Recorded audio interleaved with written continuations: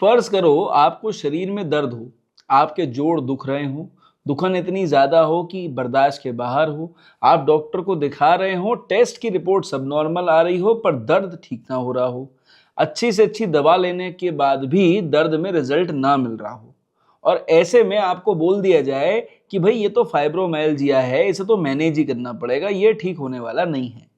तो ऐसे में सोचो पेशेंट पे क्या बीतती है। जी हाँ, फाइब्रोमाइल्जिया जोड़ों के दर्द की एक ऐसी बीमारी है जिसमें रिपोर्ट में कुछ नहीं निकलता, और ऐसे में कई बार दवा भी काम नहीं करती, और बहुत सारी महिलाएं, संग में बुजुर्ग पुरुष भी इस बीमारी से ग्रस्त हैं। चलो चर्चा कर लेते हैं कैसे होम्योपैथी इसमें इफेक्टिव है, कौन सी दवाइयां फायदेमंद हैं, और आखिर में ये बीमारी है क्या।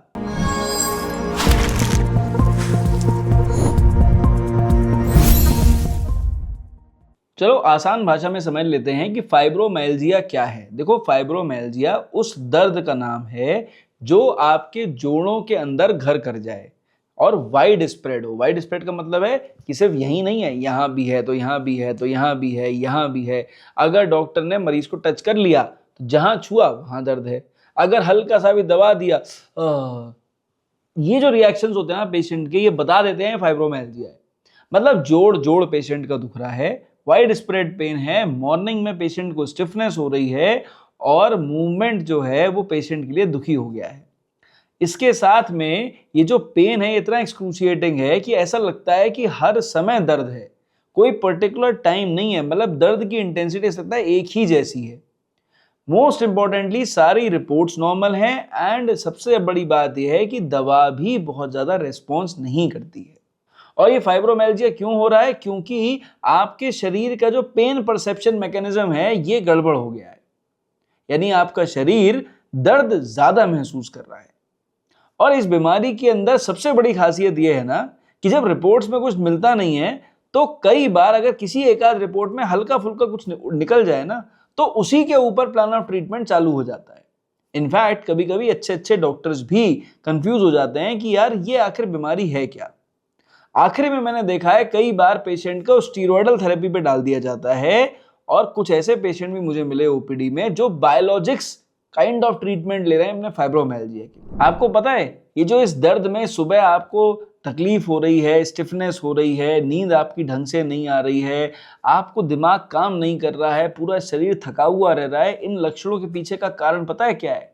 आप जान के हैरान रह जाएंगे। उसे बोलेंगे stress, chronic stress, emotional trauma, emotional turmoil, and most importantly hormonal imbalance. मतलब कमाल की बात है ना कि आपके मन का जो दुख है वो आपके शरीर पे दर्द की तरह दिखाई दे रहा है। तो अगर आपके मन का दुख इतना बढ़ जाए कि वो आपके शरीर के अंग अंग को, जोड़ जोड़ को दर्द देने लग जाए, उस सिचुएशन को बोलते हैं फाइब्रोमाइल्जिया। और रिपोर्ट्स में बाबू कुछ निकलेगा नहीं, सिर्फ दवा खाते रहोगे और दवा भी काम करेगी नहीं। अब अगर मैं कह रहा हूं कि दवाइयां काम नहीं करती हैं, दवाइयों से रिजल्ट नहीं मिलते, तो ऐसा क्यों? ऐसा इसलिए कि भाई अगर आपको दर्द होगा तो क्या होगा, आपका जो मसल है ना वो दर्द को महसूस करेगा। महसूस करने के बाद वो नर्व को के थ्रू उस दर्द को ब्रेन तक भेजेगा, यही होगा ना। तो हो क्या रहा है, मसल में सोरनेस ज्यादा हो रही है, मसल में दर्द ज्यादा महसूस हो रहा है। नसें इतनी सेंसिटिव हो गई हैं कि वो नॉर्मल से दर्द को भी एम्पलीफाई करके, बढ़ा के ब्रेन तक भेज रही हैं। और ब्रेन ऐसा ठस हो गया है कि उसे छोटा सा दर्द, छोटी सी तकलीफ भी बहुत ज्यादा महसूस हो रही है। अब ऐसे में प्लान ऑफ ट्रीटमेंट क्या रहेगा? पेन किलर दे दो तो मसल सोरनेस कम हो जाए, कोई नर्व की दवा दे दो ताकि नर्व एम्पलीफिकेशन कम हो जाए, कोई ट्रैंकुलाइजर दे दो, या बाई चांस कोई एंटी डिप्रेसेंट दे दो ताकि दिमाग को शांत हो जाए, मरीज सो जाए। ठीक है, यही तो होगा। तो ऐसे में क्या होगा, आप सिम्टोमेटिक ट्रीटमेंट दोगे, काम करेगा, और हो सकता है नहीं भी करे। और सच्चाई यह है कि जो फाइब्रोमाइल्जिया से ग्रस्त है वो जानता है बहुत सारे मरीजों में तो दवा काम ही नहीं करती है। अब होम्योपैथी से फायदा क्यों मिलेगा, क्यों होम्योपैथी का चुनाव करें? कहानी बिल्कुल सिंपल है। देखो भैया, अगर होम्योपैथी में आप आ रहे हो तो इसलिए आ रहे हो क्योंकि आप जानते हो homeopathy he branch of science है जो दिमाग और शरीर, इन दोनों की बीमारियों को एक साथ पैरेलल लेके चल सकती है। प्रॉब्लम दिमाग की है, शरीर पे महसूस हो रही है, शरीर ज्यादा सेंसिटिव हो गया, इसलिए दिमाग धीरे धीरे करके और परेशान हो रहा है। अब दोनों के बीच में बैलेंस को मेंटेन करने के लिए अगर कोई पैथी है तो दोनों पे पैरेलल काम करके दोनों को ठीक कर सकती है, और ये जो ब्रिज बन गया है दोनों के बीच का, इस ब्रिज को तोड़ सकती है। तो ये सिर्फ होम्योपैथी है। अब भाई होम्योपैथी में क्या होता है, कोई दवाई होती है ना, उसके मानसिक लक्षण भी होते हैं, शारीरिक लक्षण भी होते हैं।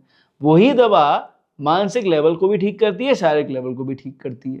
इसीलिए फाइब्रोमाइल्जिया का ट्रीटमेंट होम्योपैथी में अच्छा होता है। तो अगर आप एक ऐसे पेशेंट हैं जिसको मन की व्यथा शरीर पे महसूस हो और शरीर की व्यथा की वजह से मन और दुखी हो जाए, होम्योपैथी में आ जाओ, क्योंकि कोई और दवा से रिलीफ मिलने वाला नहीं है।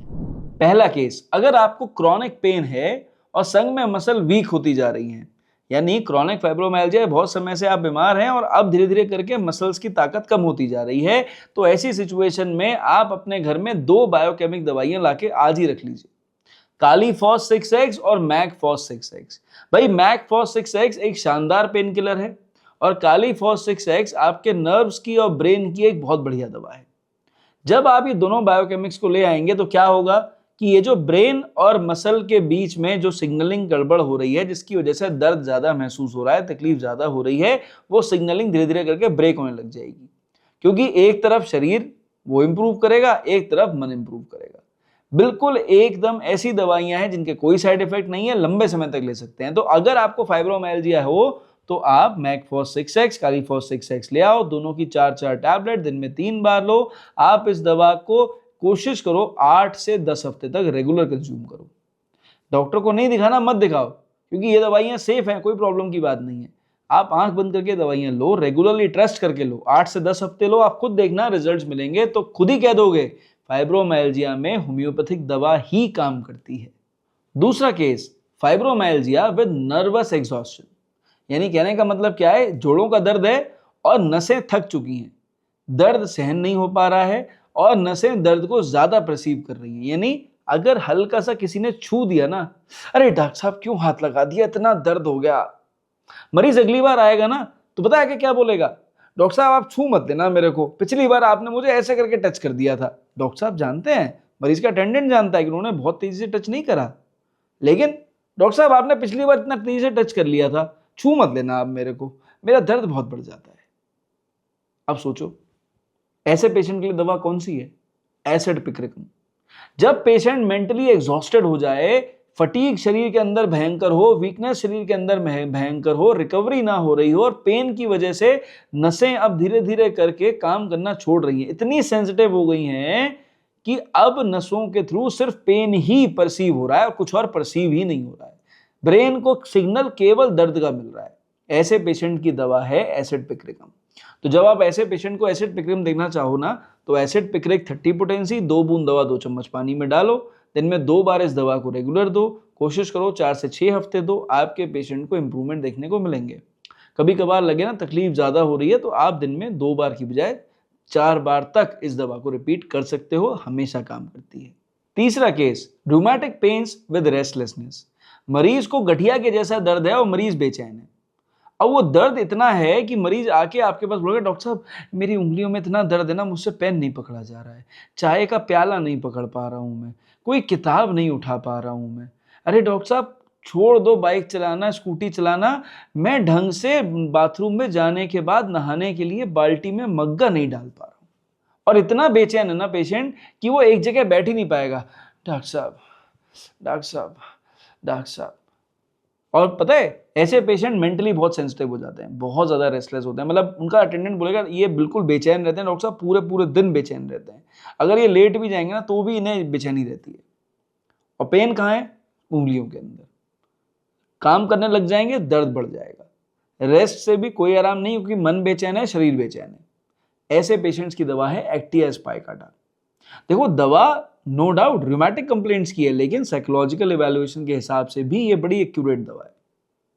रेस्टॉक से काम नहीं चलेगा क्या, चल सकता है, बिल्कुल चल सकता है, पर यहां पर फाइब्रोमाइल्जिया में क्या है, ये और फिर शरीर, इसलिए एक्टिया स्पाइकाटा। तो एक्टिया स्पाइकाटा 30 2 बूंद दवा 2 चम्मच पानी में डालें, दिन में 3 बार कंज्यूम करें, जरूरत पड़ने पर 5 बार तक दे सकते हैं, पर कोशिश करिए, ये एक शॉर्ट एक्टिंग रेमेडी है, 4 हफ्ते से ज़्यादा ना इस्तेमाल करें, एनालिसिस करें कितना इंप्रूवमेंट आया नहीं आया, और एक बार डॉक्टर से परामर्श ज़रूर लें। तो आई होप इस वीडियो को देखने के बाद आपके भी चक्षु नेत्र खुल गए होंगे। देखो दवाइयाँ बहुत सारी हैं, फाइब्रोमाइल्जिया की किताब उठाऊंगा, रिपोर्टरी उठाऊंगा तो कम से कम 60-65 दवाइयाँ तो मैं आपको बता दूंगा ये दवा काम करती है। लेकिन पेशेंट के हिसाब से केस टेकिंग इंपॉर्टेंट है। ऐसे पेशेंट बहुत सेंसिटिव होते हैं, हलवा मत समझो। आप सोचोगे होम्योपैथी होम रेमेडी है, डॉक्टर साहब ने 3 दवा बताई दे देते हैं, जरूरी नहीं है काम चले। तो इसलिए मेरी आपसे रिक्वेस्ट है कि भाई देखो, अगर आप परेशान है ना, दवा से ट्राई कर लो, कुछ दिन ट्राई करो, रिजल्ट नहीं मिले ये मत सोचो होम्योपैथी काम नहीं करती, होम्योपैथी ही काम करेगी, पर डॉक्टर को दिखाना पड़ेगा और केस के अकॉर्डिंग दवा देनी पड़ेगी। बातों से संतुष्ट थे, चैनल पर पहली बार आए थे, सब्सक्राइब कर जाएं, रेगुलर वीडियोस देखते हैं थम्स अप दे जाएं, और प्रॉब्लम अगर ऐसी हो कि सोल्यूशन ना मिल रहा हो तो मैं और मेरी एक्सपीरियंस डॉक्टर्स की टीम आपकी पूरी मदद करेंगे। इस वीडियो में सिर्फ इतना, मेरी तरफ से नमस्कार, थैंक यू एंड जय हिंद।